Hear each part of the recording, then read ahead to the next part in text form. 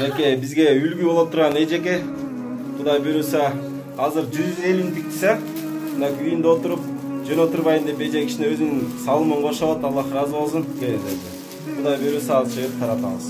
Мынакей бизге үлгү болуп турган эжекелер Кудай буйруса мынакей өзүнүн үйүндө отуруп 50 штук тигип берди Кудайыбыз. Аллах ыраазы болсун, чоң рахмат. Бизге үлгү болуп турган эжекебиз Кудай буйруса бизге 100 штук тигип берди үйүндө отуруп. Аллах ыраазы болсун эже. Сизде эжекелер көп болсун, сизде энелер көп болсун. Рахмат, Аллах ыраазы болсун эже.